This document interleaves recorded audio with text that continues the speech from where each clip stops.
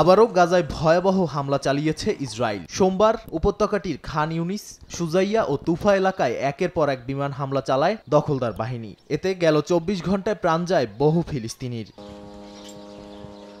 এর মধ্যেই যুদ্ধবিরতির প্রস্তাবে দেখা দিয়েছে নতুন সংকট। মিশরের প্রস্তাবে হামাসকে নিরস্ত্রীকরণের শর্ত রাখার কথা জানায় ইসরায়েল। এ বিষয়টি আল জাজিরাকে হামাসের এক শীর্ষ কর্মকর্তা নিশ্চিত করেন, যদিও এতে রাজি নয় হামাস। ফিলিস্তিনের আত্মসমর্পণই ইসরায়েলের মূল লক্ষ্য বলে অভিযোগ করে সংগঠনটি।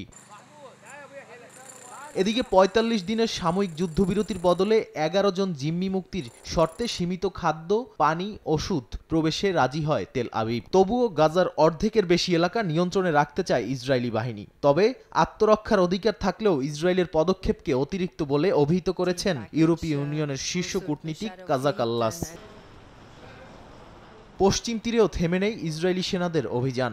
অঞ্চলটির তুলকারেম শহরে বাড়িঘর ও দোকানপাটে তল্লাশি চালিয়ে ক্যাফেতে বোমা ছোড়ে দখলদার বাহিনী। নূর শামস শরণার্থী শিবিরেও উচ্ছেদ করা হয় বাসিন্দাদের। পশ্চিম তীরে ইসরায়েলি আগ্রাসনের নিন্দা জানিয়ে মানবতাবিরোধী অপরাধের দায়ে আন্তর্জাতিক হস্তক্ষেপের দাবি তুলেছে ইয়েমেনের বিদ্রোহী গোষ্ঠী হাউথি।